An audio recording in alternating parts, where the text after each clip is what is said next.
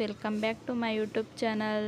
ಇವತ್ತಿನ ವಿಡಿಯೋನ ಶುರು ಮಾಡ್ತಾ ಇದ್ದೀನಿ. ಇವತ್ತು ಎಲ್ಲಿಗಪ್ಪ ಹೋಗ್ತಾ ಇದ್ದೀವಿ ಅಂದರೆ ಧರ್ಮಸ್ಥಳ ಹೋಗ್ತಾ ಇದ್ದೀವಿ. 4 ಗಂಟೆಯಿಂದ ಇವತ್ತು ಧರ್ಮಸ್ಥಳಕ್ಕೆ ಹೋಗ್ತಾ ಇರೋದು. ಬೆಳಗ್ಗೆನೇ ಹೋಗಬೇಕು ಅಂತ ಪ್ಲ್ಯಾನ್ ಇತ್ತು, ಆದರೆ ತುಂಬ ಬಿಸಿಲಿತ್ತು, ಹೋಗೋಕ್ಕಾಗಲ್ಲ ಅಂತ ಸಂಜೆ ಒಂದು 5 ಗಂಟೆಯಿಂದ ಹೋಗ್ತಾ ಇದ್ವಿ. ಹಾಸನದಿಂದ ಧರ್ಮಸ್ಥಳ ಅಷ್ಟೊಂದು ದೂರ ಏನಾಗಲ್ಲ, ಅದಕ್ಕೆ 5 ಗಂಟೆಯಿಂದ ಹೋಗ್ತಾ ಇದ್ದೀವಿ. ಬೆಳಗ್ಗೆಯಿಂದ ವೀಡಿಯೋ ಮಾಡೋಕ್ಕಾಗಲಿಲ್ಲ. ಏನಕ್ಕೆ ಅಂದರೆ ಮಾಡ್ಕೊಳ್ಳೋಕೆ ಟೈಮು ಸಿಗಲಿಲ್ಲ ನನಗೆ. ಯಾರಾದರೂ ವೀಡಿಯೋ ಯಾರಾದರೂ ಮಾಡಿಕೊಟ್ರೆ ಮಾಡ್ಬೋದು, ನಾನೇ ಇಟ್ಕೊಂಡು ನಾನೇ ಮಾಡಬೇಕು ಅಂದರೆ ಆಗೋದಿಲ್ಲ, ಟೈಮ್ ಸಿಗೋದಿಲ್ಲ. ಬೆಳಗ್ಗೆಯಿಂದ ಮನೆಯೆಲ್ಲ ಕ್ಲೀನ್ ಮಾಡಿಕೊಂಡು ಎಲ್ಲ ಆದಮೇಲೆ ಸ್ನಾನ ಎಲ್ಲ ಮಾಡಿಕೊಂಡು 5 ಗಂಟೆಯಿಂದ ಧರ್ಮಸ್ಥಳಕ್ಕೆ ಹೋದ್ವಿ. ಧರ್ಮಸ್ಥಳಗೂ ರೀಚ್ ಆದ್ವಿ. ಇನ್ನೂ ಪಾರ್ಕಿಂಗ್ ಮಾಡಿ ಕಾರು ರೂಮ್ ಎಲ್ಲ ಮಾಡ್ಕೋಬೇಕು. ರೂಮ್ ಎಲ್ಲಿ ಮಾಡೋದು ಅಂತ ಹಂಗೆ ಹುಡ್ಕಾಡ್ತಾ ಇದ್ವಿ. ರೂಮ್ ಎಲ್ಲ ಮಾಡಿ ಆದಮೇಲೆ ಇದು ಬೆಳಗ್ಗೆ ಮನೆಯಲ್ಲಿ ಊಟ ಮಾಡಿಕೊಂಡು ಮತ್ತೆ ಮಧ್ಯಾಹ್ನ ಊಟ ಮಾಡ್ಕೊಂಡು ಬಂದಿದ್ವಿ. ಆವಾಗಲೇ ಟೈಮ್ ಬಂದು 8-8:30 ಆಗಿತ್ತು. ಅಷ್ಟರಲ್ಲಿ ಊಟ ಮಾಡ್ಕೊಂಡು ಹೋಗಿ ರೆಸ್ಟ್ ಮಾಡೋಣ, ಸುಸ್ತಾಗಿತ್ತು, ಮಕ್ಕಳಿಗೆಲ್ಲ ನಿದ್ದೆ ಬರೋ ಥರ ಇತ್ತು ಅಂತ ಮೊದಲಿಗೆ ಊಟ ಮಾಡ್ಕೊಂಡು ಏನಾದರೂ ಹೋಗೋಣ ಅಂತ ಬಂದ್ವಿ. ಇಲ್ಲಿ ಧರ್ಮಸ್ಥಳದಲ್ಲಿ ಹೊಸದಾಗಿ ಓಪನ್ ಆಗಿದೆ ಅಂತೆ ಹೋಟೆಲು. ನೋಡೋಣ, ಟ್ರೈ ಮಾಡೋಣ ಅಂತ ಬಂದ್ವಿ, ಚೆನ್ನಾಗಿರುತ್ತೇನೋ ಅಂತ. ಪರೋಟ ಮತ್ತು ಪಾಲಕ್ ಪನ್ನೀರ್ ತಗೊಂಡಿದ್ವಿ. ನನಗೆ ಧರ್ಮಸ್ಥಳದಲ್ಲಿ ಅಷ್ಟೊಂದೇನು ಊಟ ಇಷ್ಟ ಆಗಲ್ಲ, ಏನು ತಿಂದರೂ ಸ್ವೀಟಾಗಿರುತ್ತೆ. ನಾನು ಅದಕ್ಕೆ ಯಾವಾಗ ಬಂದರೂ ಮಸಾಲೆ ದೋಸೆ ಸಿಗುತ್ತಲ್ಲ ಅದು ತಿನ್ಕೊತೀನಿ. ಅದೆಲ್ಲ ಆದಮೇಲೆ ಮತ್ತೆ ನಾನು ಬೆಳಗ್ಗೆ ವೀಡಿಯೋನ ಶುರು ಮಾಡ್ತಾಯಿದ್ದೀನಿ. ಮತ್ತೆ ವೀಡಿಯೋ ಕಂಟಿನ್ಯೂ ಮಾಡೋಕ್ಕಾಗಲಿಲ್ಲ, ಫುಲ್ ಟಯರ್ಡ್ ಆಗಿದ್ವಲ್ಲ, ಅದಕ್ಕೆ ರೆಸ್ಟ್ ಮಾಡಿ ಆಮೇಲಿಂದ ವೀಡಿಯೋನ ಶುರು ಮಾಡೋಣ ಅಂತ ಬೆಳಗ್ಗೆ ವೀಡಿಯೋ ಶುರು ಮಾಡೋಣ ಅಂತ ಮಾಡ್ತಾಯಿದ್ದೀನಿ. ಮಕ್ಕಳಿಗೂ ಸ್ನಾನ ಮಾಡಿಸಿ ನಾವು ಎಲ್ಲ ಫ್ರೆಶ್ ಅಪ್ ಆಗಿ 4 ಗಂಟೆಗೆ ಎದ್ದು ಎಲ್ಲ ರೆಡಿಯಾಗಿದ್ವಿ. 5-5:30 ಅಷ್ಟರಲ್ಲಿ ಹೋಗ್ತಾಯಿದ್ದೀವಿ. ಹೋಗಿ ರಶ್ ಇರುತ್ತೆ ಅಂತ ಇಲ್ಲಿ ದುಡ್ಡು ಕಟ್ಟು ಹೋಗ್ತಾರಲ್ಲ, ಅಲ್ಲಿ ಹೋದ್ವಿ ನಾವು. ಅಷ್ಟೊಂದು ರಶ್ ಏನು ಇರಲಿಲ್ಲ, ಫ್ರೀಯಾಗೇ ಇತ್ತು. ಅಲ್ಲಿಂದ ಬಂದರು ಇಲ್ಲಿಂದ ಹೋಗಿದ್ರು ಎಲ್ಲ ಒಂದೇ ಅನಿಸ್ತು. ನನಗೇನು ಅಷ್ಟೊಂದು ರಶ್ಶು ಅನಿಸ್ಲಿಲ್ಲ. ಅಂದರೆ 5:30 ಅಲ್ವಾ, ಇನ್ನೂ ಜನ ಇರಲಿಲ್ಲ. ಒಂದು 7 ಗಂಟೆ 8 ಗಂಟೆ ಆದರೆ ತುಂಬ ರಶ್ ಇರುತ್ತೆ, ಹೋಗೋಕ್ಕೂ ಆಗಲ್ಲ, ಅಷ್ಟು ರಶ್ ಇರುತ್ತೆ. ಅದೆಲ್ಲ ಆದಮೇಲೆ ಕ್ಯೂ ಅಲ್ಲೆಲ್ಲ ನಿಂತ್ಕೊಂಡು ಎಲ್ಲ ಆದಮೇಲೆ ದೇವ್ರು ನೋಡೋಕ್ಕೆ ಬಂದ್ವಿ. ತುಂಬ ಚೆನ್ನಾಗಿತ್ತು ಮಾತ್ರ, ತುಂಬ ಖುಷಿಯಾಯಿತು. ತುಂಬ ದಿನ ಆಗಿತ್ತು ಧರ್ಮಸ್ಥಳಕ್ಕೆ ಬಂದು, ನೋಡಿ ತುಂಬಾ ಖುಷಿಯಾಯಿತು ನನಗೆ.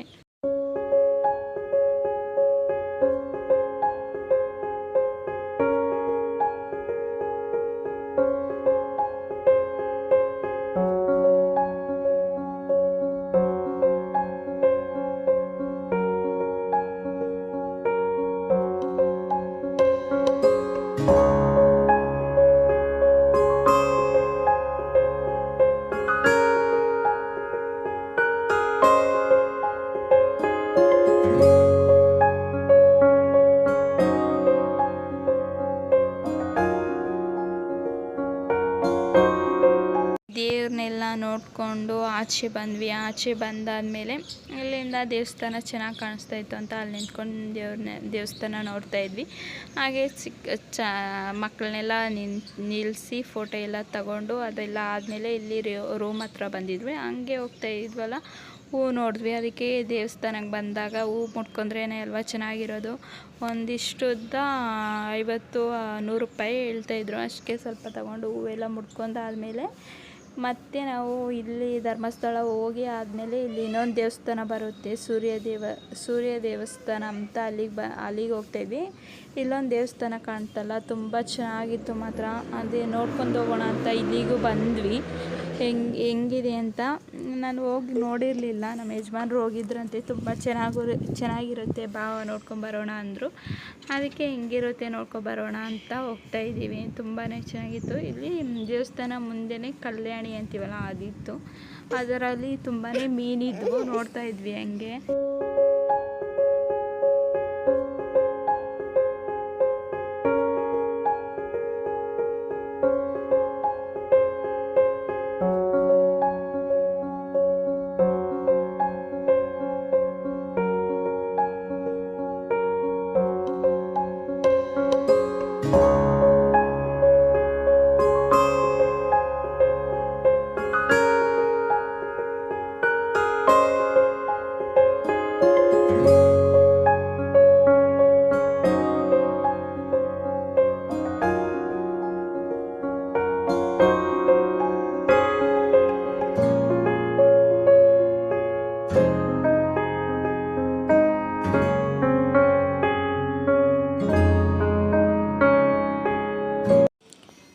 ಬಂದ್ವಿ. ತುಂಬಾ ಚೆನ್ನಾಗಿದೆ ಮಾತ್ರ ದೇವಸ್ಥಾನ. ಎಷ್ಟೊಂದು ಚೆನ್ನಾಗಿದೆ ಗೊತ್ತಾ. ಇಷ್ಟೊಂದು ದೇವರು ಇದ್ದರು, ಎಷ್ಟೊಂದು ದೇವಿಗಳು ದೇವಸ್ಥಾನದಲ್ಲಿ ದೇವ್ರ ವಿಗ್ರಹ ಇಟ್ಟಿದ್ದಾರೆ. ತುಂಬಾ ಚೆನ್ನಾಗಿದ್ದಾವೆ ಮಾತ್ರ. ಈಶ್ವರ, ರಾಮ, ಲಕ್ಷ್ಮೀ, ಸರಸ್ವತಿ ಮತ್ತು ಗಣಪತಿ ಎಲ್ಲ ದೇವರು ಇದ್ದು ತುಂಬಾ ಚೆನ್ನಾಗಿತ್ತು ಮಾತ್ರ. ತುಂಬ ಖುಷಿಯಾಯಿತು ದೇವಸ್ಥಾನ ನೋಡಿ. ಒಂದೊಂದು ಕಡೆನೂ ಎಲ್ಲಿ ನೋಡಿದರೂ ದೇವರೇ ಕಾಣಿಸ್ತಾ ಇತ್ತು. ತುಂಬ ಚೆನ್ನಾಗಿತ್ತು. ಹಂಗೆ ನಿಮಗೂ ತೋರಿಸೋಣ ಅಂತ ಚಾಮುಂಡೇಶ್ವರಿ ಮತ್ತು ಲಕ್ಷ್ಮಿ ಎಲ್ಲ ದೇವರು ಇದ್ದಾವೆ. ಯಾವ ದೇವರು ಇಲ್ಲ ಅನ್ನೋಂಗೆ ಇಲ್ಲ, ಅಷ್ಟೊಂದು ಚೆನ್ನಾಗಿತ್ತು ದೇವಸ್ಥಾನದಲ್ಲಿ. ದೇವ್ರ ವಿಗ್ರಹ ಎಲ್ಲ ಸೀರೆ ಎಲ್ಲ ಉಡಿಸಿದಾರಲ್ವ, ತುಂಬ ಚೆನ್ನಾಗಿ ಕಾಣ್ತಾ ಇತ್ತು. ಎಲ್ಲ ದೇವ್ರದ್ದು ಹಂಗೆ ಕ್ಲಿಪ್ಪಿಂಗ್ ತಗೊಂಡಿದ್ದೀನಿ ನಿಮ್ಗೆ.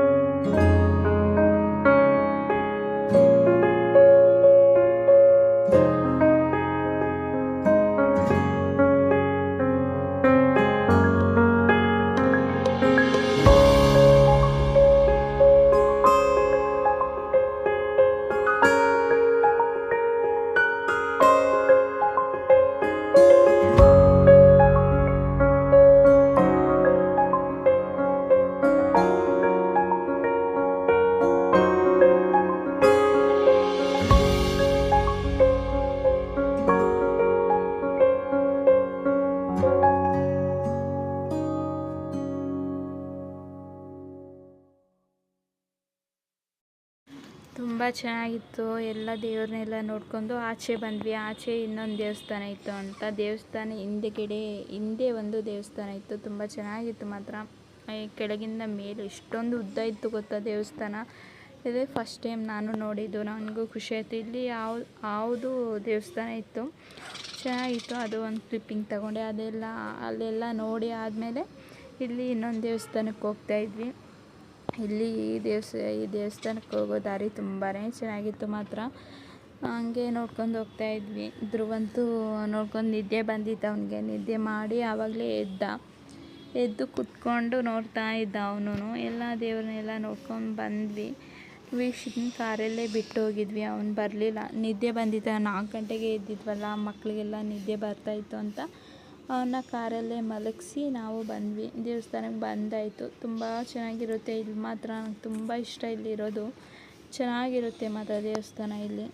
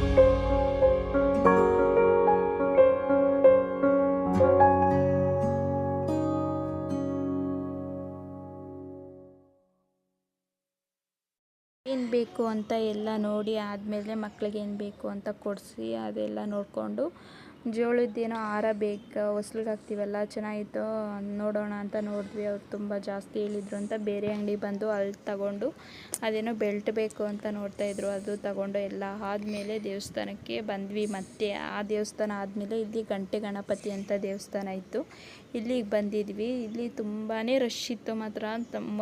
ಫಸ್ಟ್ ಬರ್ತಾ ಇರೋವಾಗ ಆ ದೇವಸ್ಥಾನಕ್ಕೆ ಅಷ್ಟೊಂದು ರಶ್ ಇರಲಿಲ್ಲ. ಇವಾಗ ತುಂಬಾ ರಶ್ ಇರುತ್ತೆ. ಅದೆಲ್ಲ ಆದಮೇಲೆ ದೇವ್ರನ್ನೆಲ್ಲ ಪೂಜೆ ಮಾಡಿಕೊಂಡು ಪ್ರಸಾದ ಎಲ್ಲ ತಗೊಂಡು ಮಂಗಳಾರತಿ ಎಲ್ಲ ತಗೊಂಡು ಆದಮೇಲೆ ದರ್ಶನ ಮಾಡೋಣ ಅಂತ ಹೋದ್ವಿ. ತುಂಬಾ ರಶ್ ಇತ್ತು. ಅಲ್ಲಿಂದ ಹೋಗಿ ಎಲ್ಲೋ ರಶಲ್ಲೆಲ್ಲ ನಿಂತ್ಕೊಂಡು ಮಂಗಳಾರತಿ ಎಲ್ಲ ತಗೊಂಡು ಎಲ್ಲ ಆದಮೇಲೆ ಪ್ರಸಾದ ತಗೋಬೇಕು ಅಂತ ಪ್ರಸಾದ ತಗೊಳ್ಳೋಣ ಅಂತ ಹೋದ್ವಿ. ಅಷ್ಟರಲ್ಲಿ ನಮ್ಮ ಯಜಮಾನ ದೇವ್ರ ಪೂಜೆನೂ ಎಲ್ಲ ಮುಗೀತು. ಇನ್ನು ಮತ್ತೆ ಮನೆಗೆ ಹೋಗಬೇಕು. ಅಷ್ಟರಲ್ಲಿ ಫೋಟೋ ಮಕ್ಕಳು ನಿಲ್ಲಿಸಿ ಒಂದೆರಡು ಫೋಟೋ ತೆಗಿಯೋಣ ಅಂತ ತೆಗಿತಾ ಇದ್ವಿ. ದೇವರನ್ನೆಲ್ಲ ನೋಡಿದ್ದು ಆಯಿತು, ಪ್ರಸಾದನೂ ತಗೊಂಡಿದ್ದು ಆಯಿತು. ಮತ್ತೆ ಮನೆಗೆ ಹೋಗೋಣ ಅಂತ ಹೋಗ್ತಾಯಿದ್ವಿ. ಅಲ್ಲೇ ಸ್ವಲ್ಪ ಊಟ ಮಾಡೋಣ ಅಂತ ಆವಾಗಲೇ ಟೈಮ್ ಬಂತು, 1 ಗಂಟೆ ಆಗಿತ್ತು. ಊಟ ಮಾಡೋಣ ಅಂತ ಊಟ ಮಾಡ್ತಾಯಿದ್ವಿ. ಹೋಟೆಲ್ ಪಕ್ಕನೇ ಒಂದು ಅಂಗಡಿ ಇತ್ತು, ತುಂಬ ಚೆನ್ನಾಗಿತ್ತು.